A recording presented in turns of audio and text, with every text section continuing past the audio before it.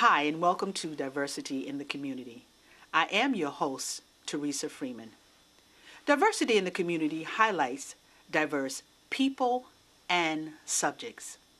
I hope you enjoy today's program. Thank you so much for watching.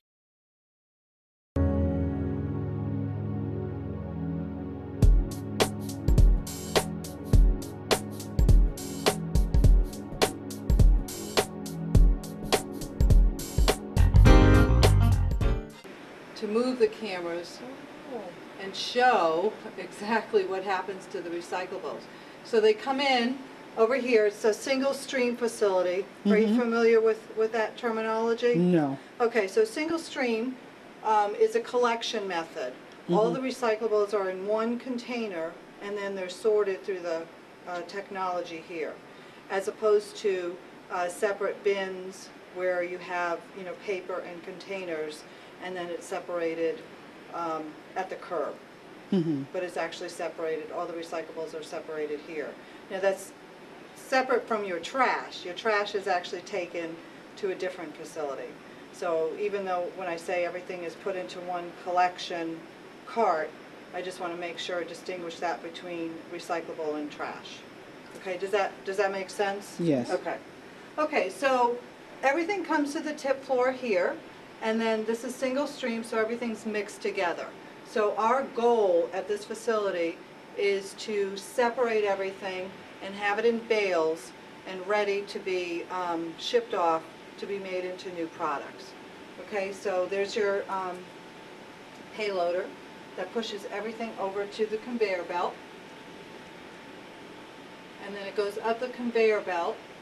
And then the first place that it goes to is what we call an OCC separator.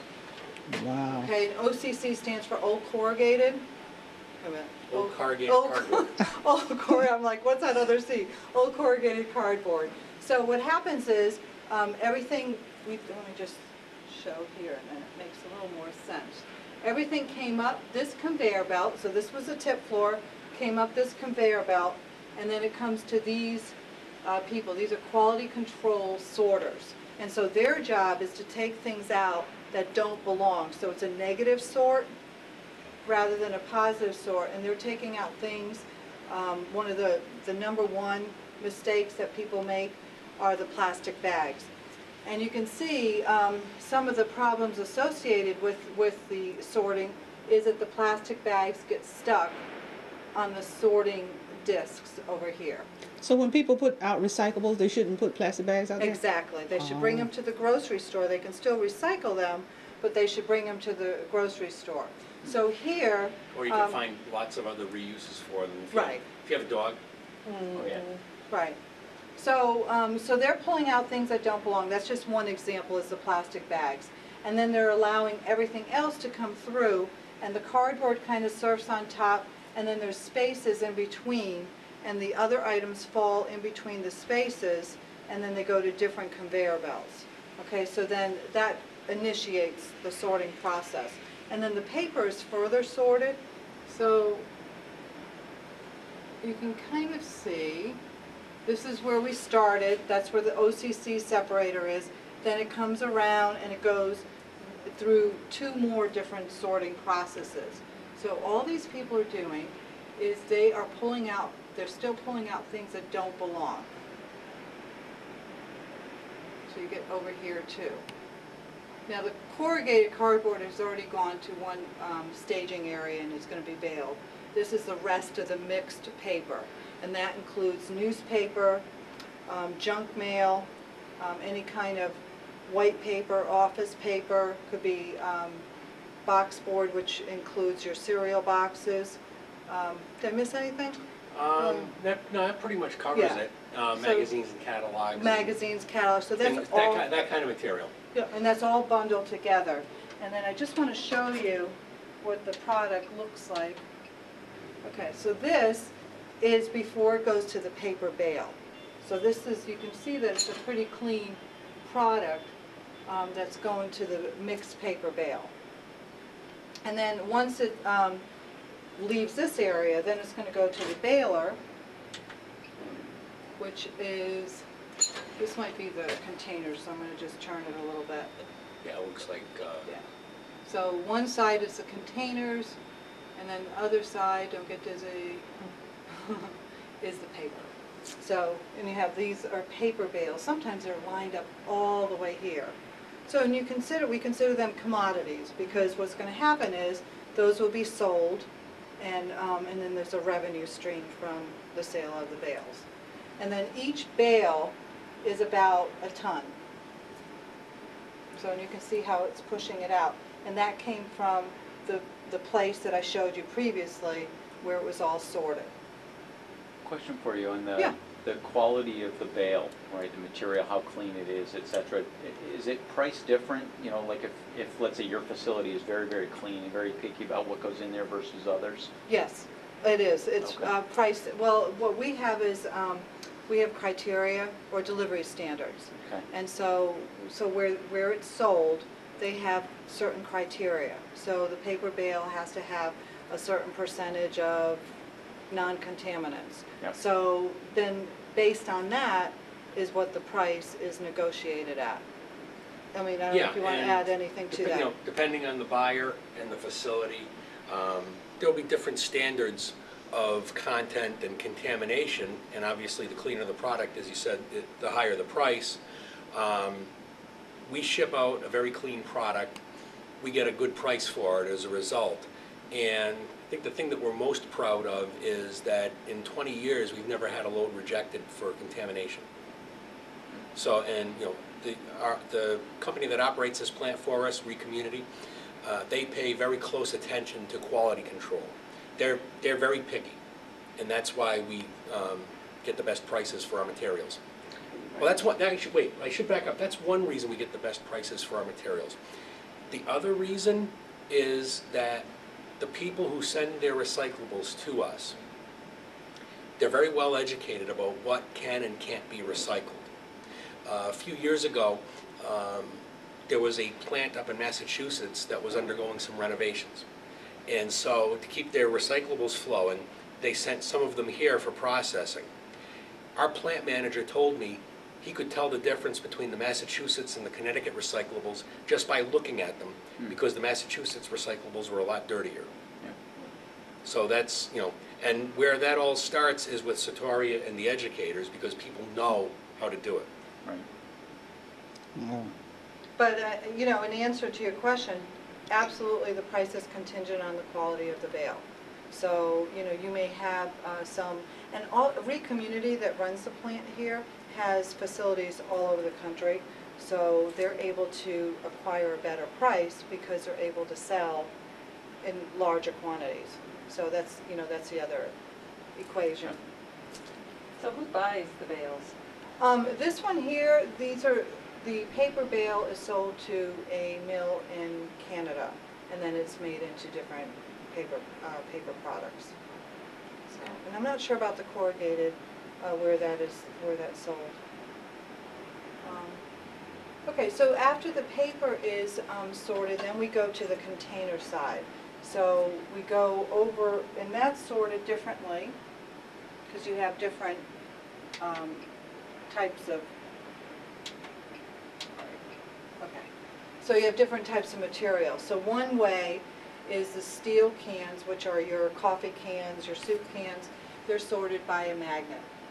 So in the educational process, I mean, we show how everything is sorted, but we can also say, well, why is the steel sorted with a magnet? It has iron in it, and so that is attracted, or a magnet attracts iron. Is that the way to say it? Mm-hmm. Yeah, so, you know, so it's an educational objective as well as to see the technology and the engineering associated with this, so depending on the grade level that comes. So that's a belt that goes around, and it pulls up the steel, and then it brings it to another area over here to be baled. And then you have your eddy current, which is for your aluminum cans, and you can see how the electricity or the electrical current sorts The eddy current repels aluminum. Oh. So with the current flowing under the conveyor, when the aluminum is repelled, you can see the cans popping off the belt. Mhm. that's what happens. It repels the cans and they just jump off all by themselves. Huh. So you have your magnet attracting, and then you have your electricity repelling. So it's, and then we have for your plastic, we currently take. I'm going to actually show a different side, and then we'll come back to this. The plastics, we take plastics 1 through 7. Used to be where facilities would only take 1s and 2s, Yeah. which were your milk jugs and your water bottles and soda bottles. You can bring them back for your nickel, or you can put them in your recycle bin, whatever is convenient for you. But now we take 1 through 7s plus aseptic packaging, which is like your juice boxes or your milk cartons. So this is the only area in the facility where you have a positive sort. They're actually, the people here are sorting out all the plastics. So they're sorting the number 2 plastics into milk jugs and colored plastics. Then they're sorting the 3 through 7s, and then they also sort the aseptic. So they put them in different bins, different hoppers. And then what's left is your number 1 plastic, which is your water bottles and your soda bottles, and then those are sorted by an optic sorter. It reads the density of the material, so the property of the material, and you code it. This can be used for any type of material. But since plastic number 1 is you have the most of, they have it coded that way so that it can be sorted.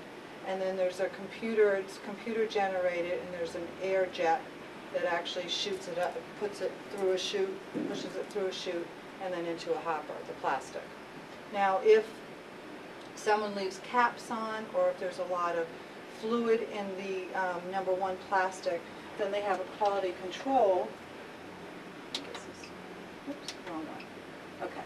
So the quality control people down here are further sorting items that are either rejected or didn't go through the technology correctly, or something happened where they had a backup. So, so they try to sort all the materials that that come through the facility. They're what's it called now? I can't remember the residue rate. Yeah. The residue rate, what's left over that is strictly trash, I believe is what, 7-8%, and that's lower. Last time I heard Ron 6? talk about it, was like 6. Okay, so it's lower, 6%, and most facilities around the country are 12% to 15%. So they really spend a lot of time trying to use the best technology and the sorting methods. But again, we've also got well-educated populace. Absolutely. I think that's all the sorting. The only other thing is glass, and I'm just going to show you where, I think it's, this one here.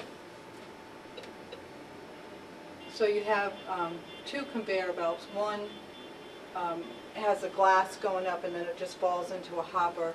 This is your plastic that feeds the plastic sorters. Okay, so the glass is just all mixed together. Now, as far as the different plastics, you mentioned like 3s to 7s all go in a bin. Are those okay just to be combined and sold as Yeah. a bale like that? We sell them as mixed plastic product. Okay. Yeah, they make pallets, lumber. yeah, or plastic lumber out of those, the mixed, Yeah. right. Yeah. But the markets for the number 2 plastic are still very high, so they want those separated into the milk jugs and then the colored plastics. And same with number 1s. Correct, right. Now, you also mentioned about the caps being on versus off. Is it preferable not to have caps on? Correct, Okay. right. It's better not to have the caps, and then also to empty the containers so that the Right. optic sorter is maximized. Yeah. The other thing, though, is, just to kind of confuse the issue a little bit, you have your margarine tubs, your number 5 plastics, like your yogurt. Those lids are fine, because those are, I think, the same type of plastic as the bottom container. So that works okay with melting it down. So like for the other caps, like water bottles, the caps are actually a different plastic Correct. than the others, so And they they- shouldn't be mixed. Exactly, they should be Okay. thrown away in your milk jugs. You just throw the caps away? Mm-hmm. throw them away. Are there any other tips that you would like to get out to the public about what they should be recycling, what they shouldn't be recycling, what jams up the machines? Anything else you want to say about it? Just a couple of new things that were taken. We also take phone books now, which I think was a huge problem for people. I mean, most people now use the computer to look up numbers, but they're still getting a lot of phone books at their homes. So those can be recycled. Large rigid plastics are things such as old toys. If they're broken, you can't reuse them, and you need to recycle them. You can, if they can fit in your cart, you can put them in there. And I think that would be, you know, those are the newer items that we can recycle. Is there anything else that we Well, let's see. You don't put clothing or textiles. Sure.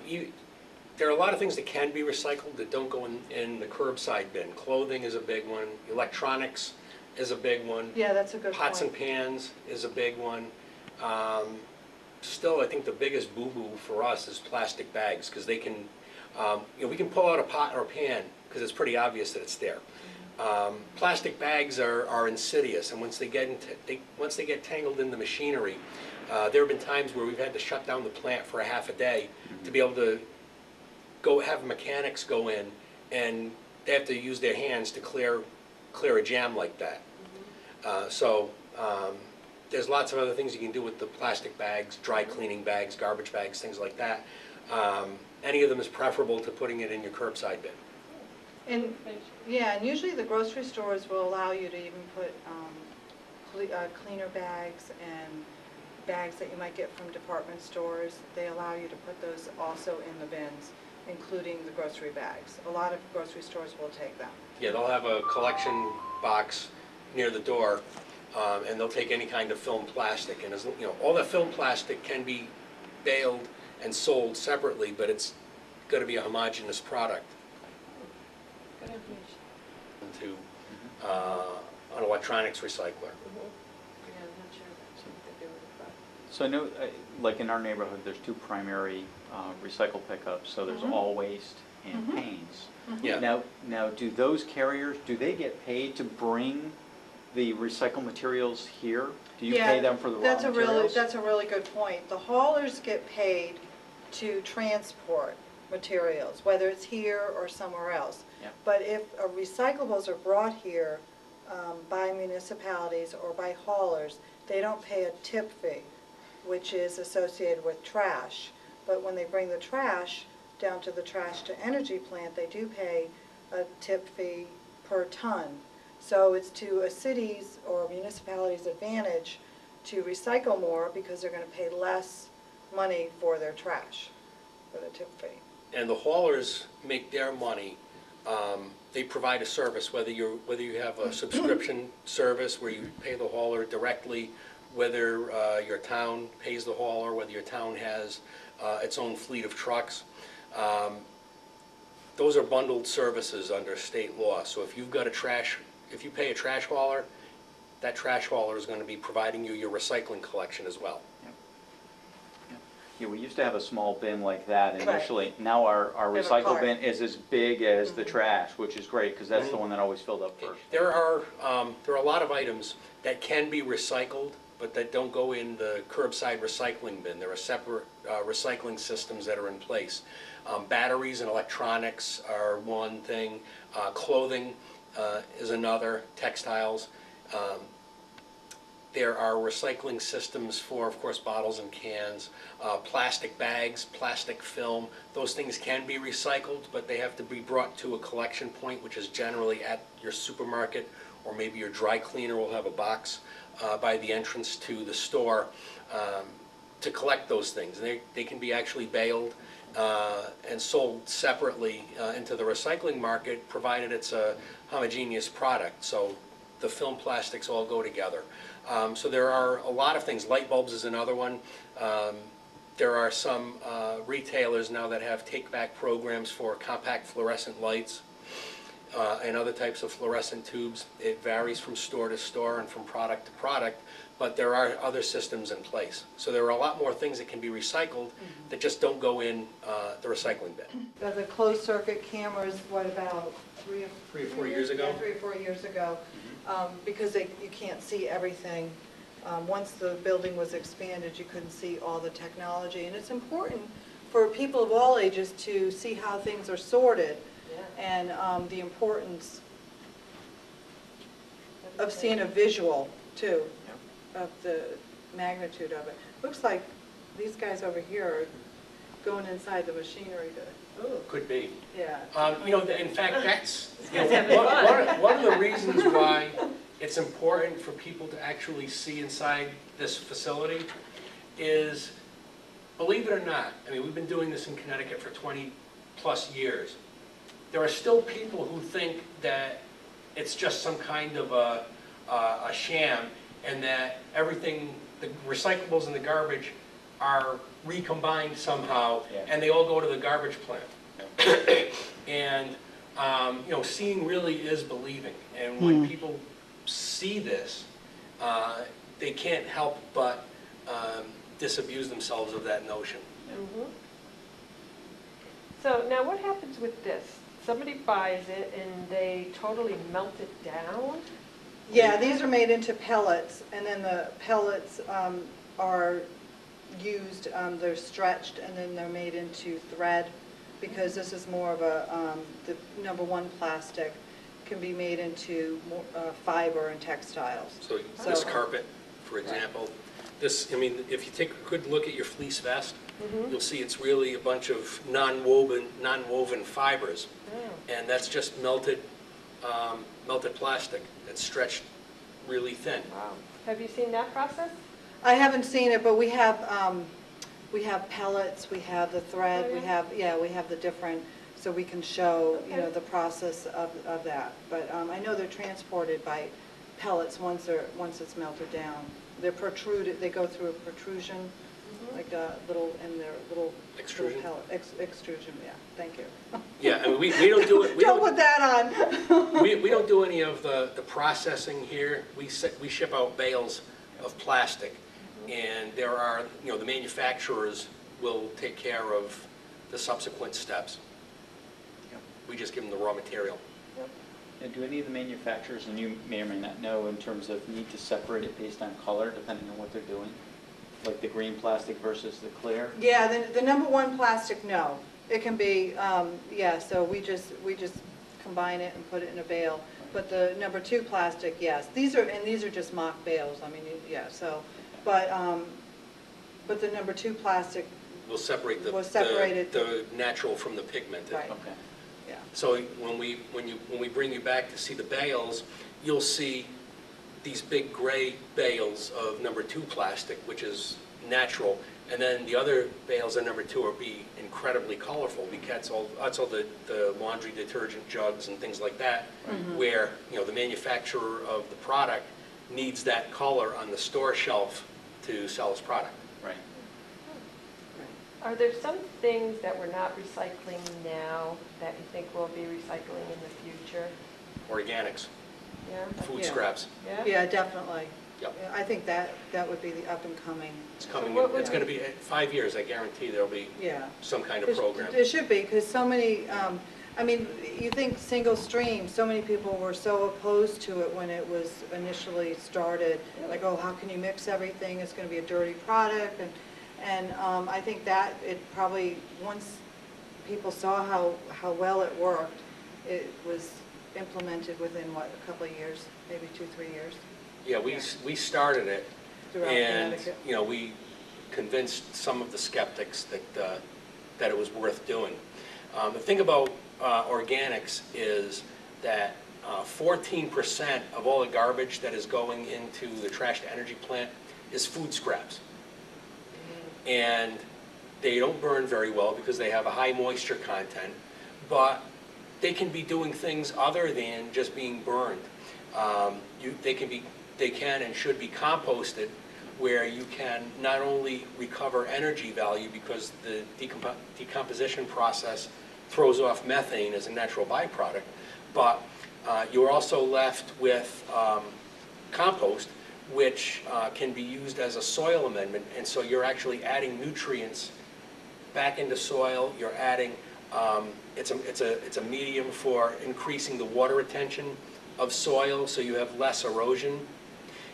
It is. And less you don't have to use You don't need chemical fertilizer because it fertilizers, feeds right. your plants better than anything. So you don't have the runoff, you know, into your water supply. And it increases the aeration in the soil. So between the increased nutrients, the increased water, and the increased air, plants grow better in it. Now we're looking actually at getting a composter at our house just to kind of do that. But if you do it more on a global scale, right? What will your products be and who will you sell it to? Depends on the process, and but generally speaking, those are the byproducts. Some type of compost. Now there are different grades depending on the feedstock that goes into the soup.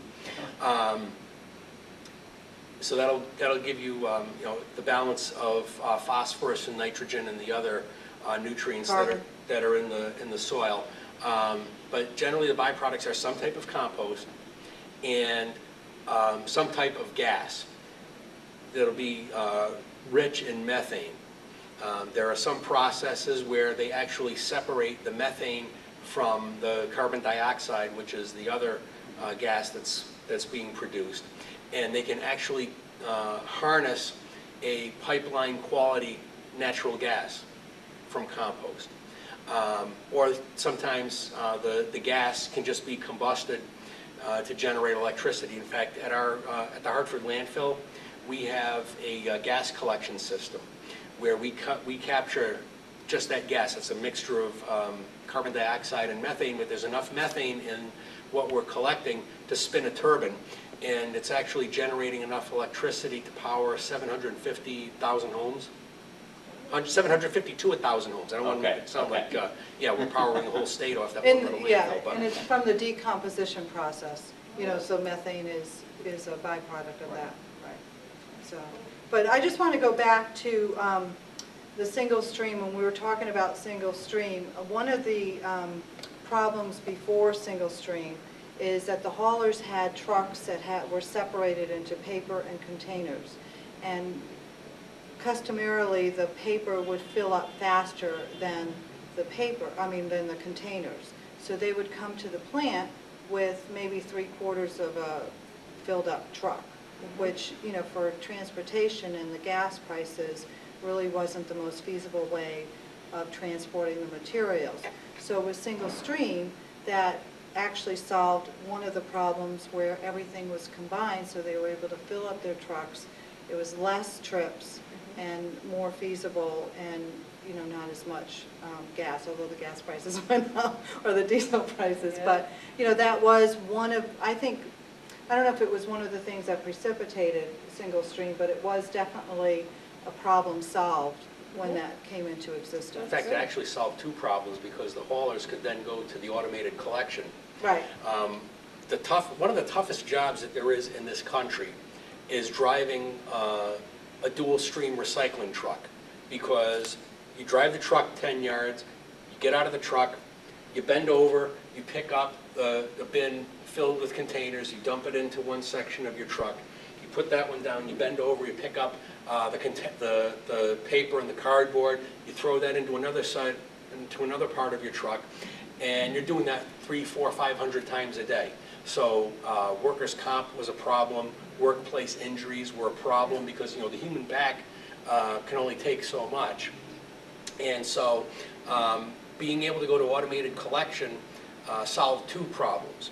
The collection routes became much more efficient because now you're not doing as much idling. It takes less time to have the one-armed bandit on the side of the truck dump one container into the back of the truck, but you don't have you don't have the same risk to your employees because they're not doing all that bending and picking up. So it was a very easy sell to the haulers because they knew right away that their cost of business were going to go down.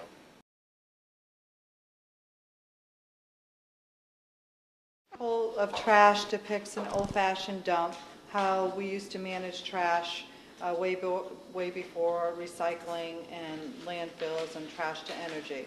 So what it shows, we use it as an educational tool, and it shows different things that we could recycle, things that we could reuse, things that are truly trash. So we use it to kind of depict what an old-fashioned dump would have had maybe 20 years ago.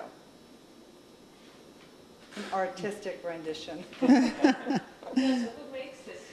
This was made by Mindy Cameron. She's an exhibitor, and so she created this. It took her a while to collect all the items. We tell the students that all the items are taken off of a off of a truck, and she cleaned all the items up and used it to make the Temple of Trash. Wow. Yeah. Now, is there a specialized area that handles like old tires? There's a trash to energy plant, and so they can't actually go in with your trash.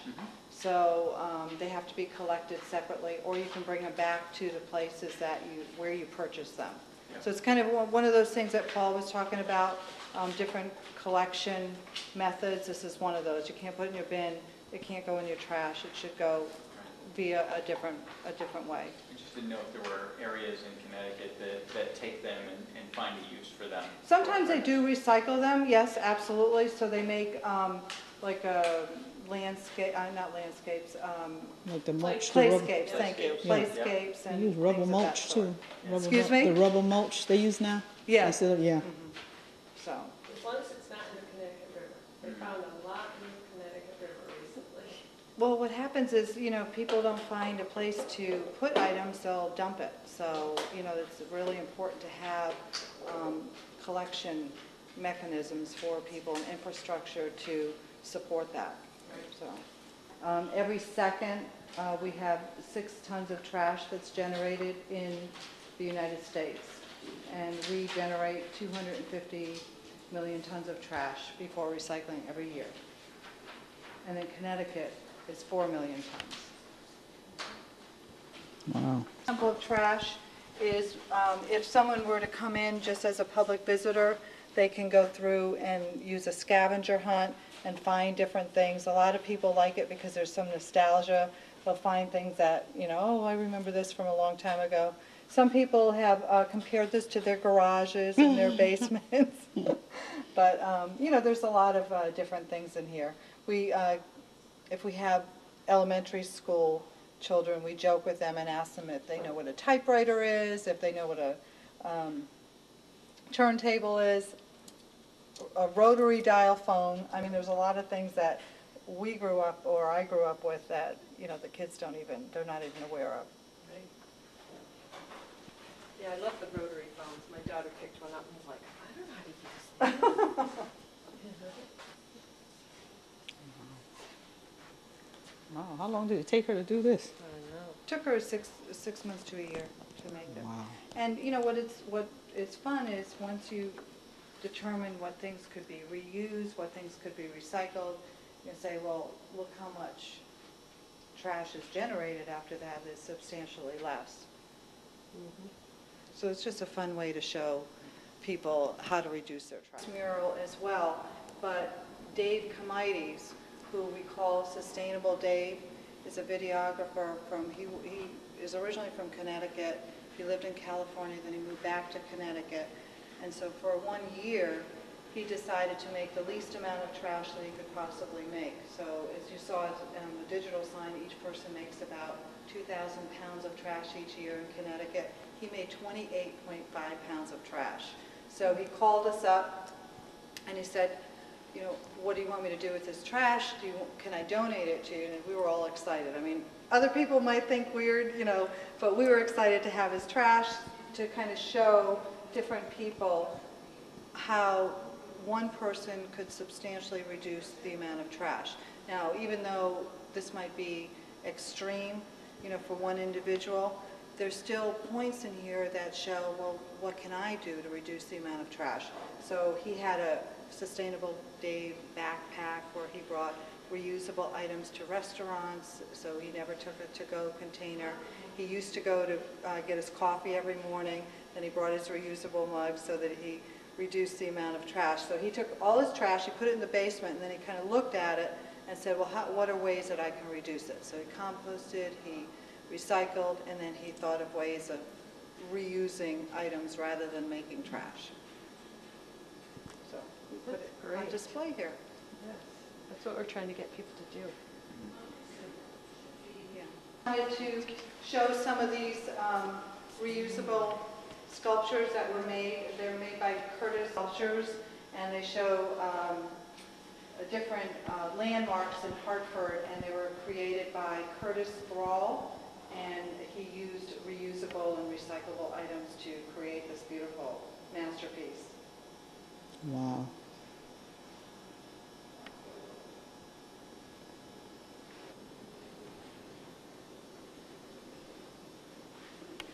It was really amazing.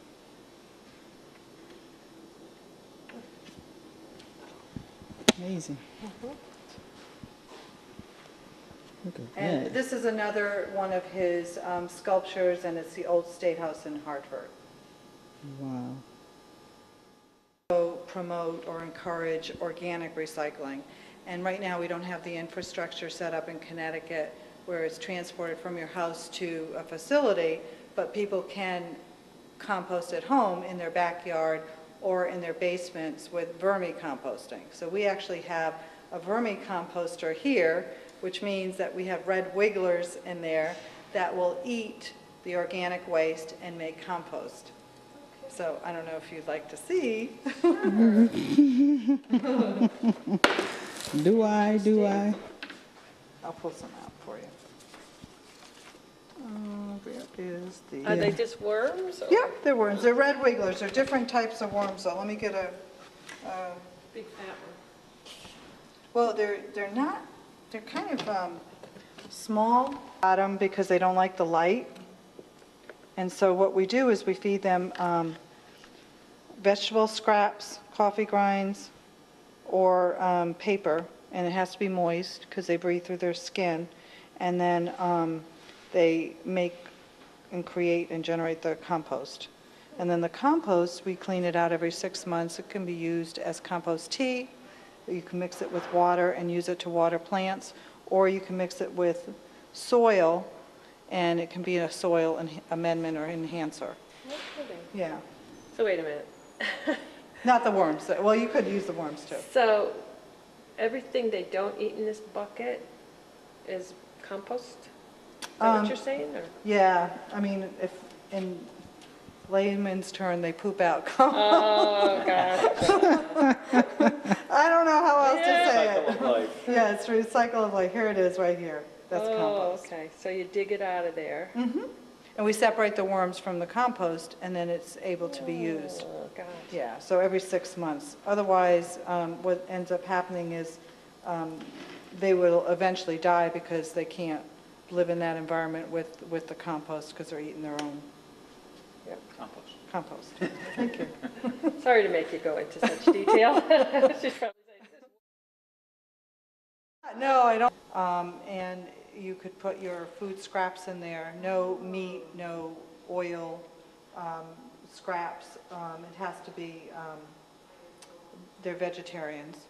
So, and then you would have to keep it moist. So you could definitely do this inside, but if you were going to have a compost bin outside, then you could put your leaves and your grass clippings in a, you can have a composter, or you can just put it in a pile in your backyard, or in your, if you have woods, and then if you turn them, they'll eventually decompose and create compost. I think they're great, you know, so, because then you're just constantly turning, it's not a lot of work for you. I mean, you have to make it convenient for yourselves too. So, and then what we do here is we just have these shovels, and you can pull them back. So it says here, which one can you use? This eggshells make, and coffee grounds produce a rich, nourishing mulch for soil. So you could, yeah. And then the grass clippings and leaves, but your bones, your milk jugs and oils, they do not. metals, and then it goes through the whole system, which you guys probably watched on the video. And when it goes to the operators, there's still a little bit of cardboard and plastic mixed in, so that's what the operators over here do. They pull out the cardboard and the plastic, so it's a straight paper. Plastic falls over here, and then the same thing. That side does the same thing, but on the plastic side, this screen. These are what the material falls over. They're on shafts. Paper, the theory is the paper will stay up on top with air from the bottom, and the smaller plastic pieces fall through. And then as it goes through another set of screens, they get narrower. So less smaller. And then when you get to the final end, it's mostly paper going up. And what happens is it starts here, everything goes off mix. When you get up there, people are sorting by hand everything other than paper. On this side over here, the plastic will go all the way through. And it gets dumped over here on it. And then gets pushed on the conveyor. Now on that side, the seam only separates the PVC bottom and the aluminum tin. The employees do the rest.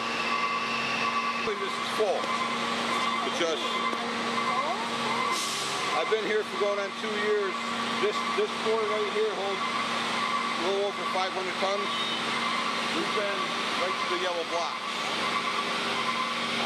Yeah, at the end.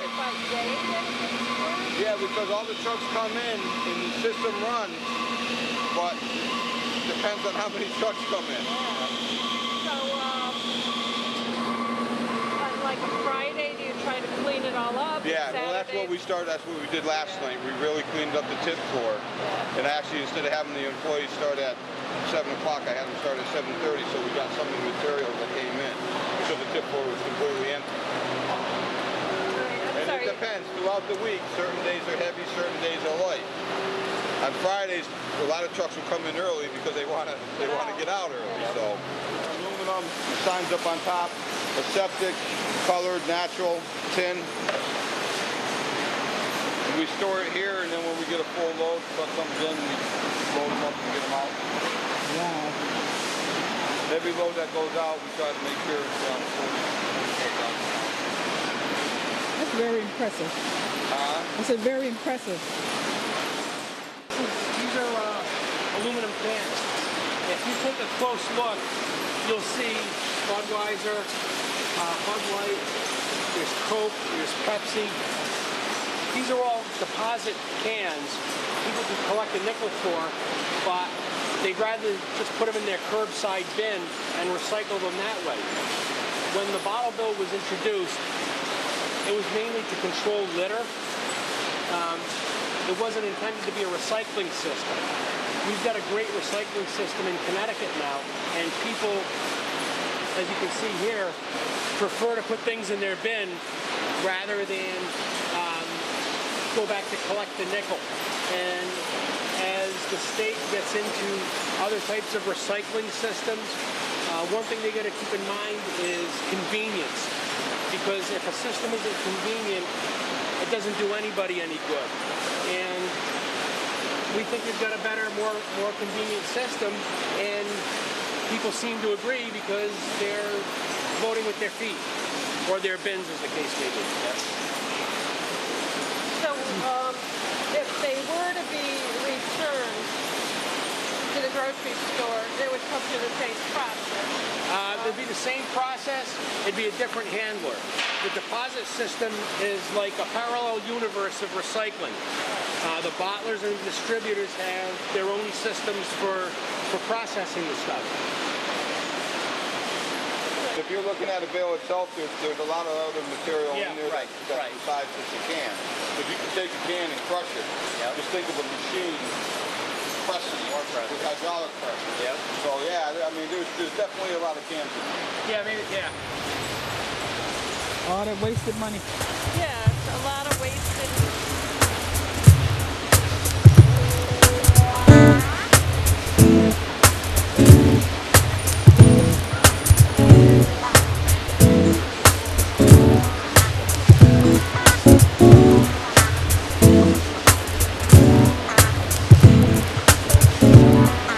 This is